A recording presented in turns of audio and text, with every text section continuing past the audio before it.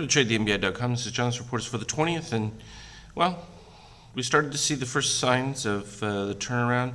Here we're about to see the break of the 7.53 here on the steel, which would give us a new daily buy signal, which coincidentally happens to be perfect timing for the end of debates and the resumption of normal election cycle, which, as I've pointed out, as long as the market believes that HRC is winning this, the market will continue to rise. And it's not entirely certain that it would fall, even if it believes the opposite. But I think that the majority of it's positioned that way. There would have to be some secular rotation within some of the different stock profiles for people to make a change, and that's really based on economic policies, so that gets into the minutia. We can see it from the broader markets a little bit easier. NQs get the biggest chance of making the new highs first. We're starting to see a little bit of recovery into the evening out. At least the readings are all looking fairly similar. I mean, a little bit behind here on the Dow, but the futures are just slightly ahead of that anyway, so when that opens up, we'll get a better idea. Euro's still at the bottom edge of the current range, and that 109, we just retested this area back down here, which we have the little long wick that they had beaten down, and this is just part of more of the difficulties that the Eurozone is experiencing. No question about the slow growth and no growth policies that have really haunted the economy for quite a bit of time. And some of this is to help absorb some of the difficulties from the recession, but a lot of it is just policy driven, and bonds are a good indication here at the bottom end of their range. Yes, they've seen some improvement.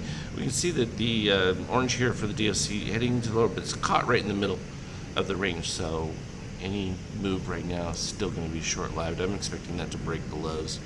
And USO actually holding up quite nicely and continuing to press a little bit. That's a strong move lower for the orange in this particular case.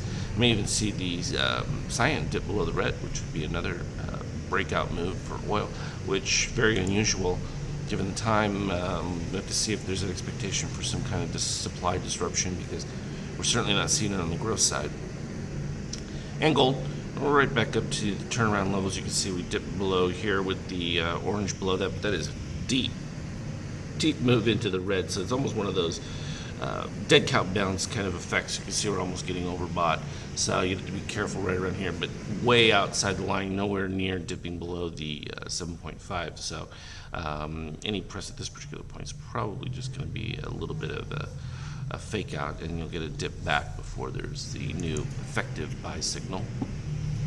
And here we had, for the move, we ended up with several nice dips of the orange and subsequent steel below 7.5, which created your new little buy signals. Though it's just been kind of choppy through most of this.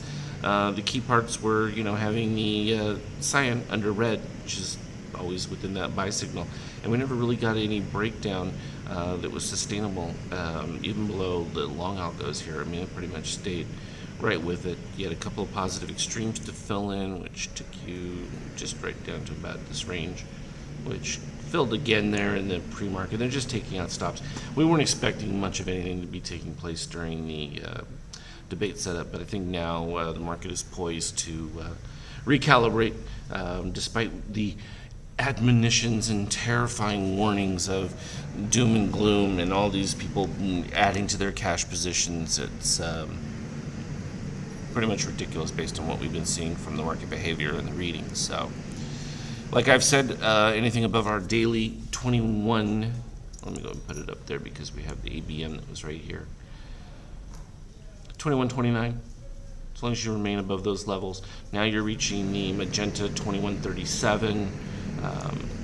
That becomes another flex point, and so we can utilize all these different ranges in between. So that becomes a nice bonus to have that capability in between all of those.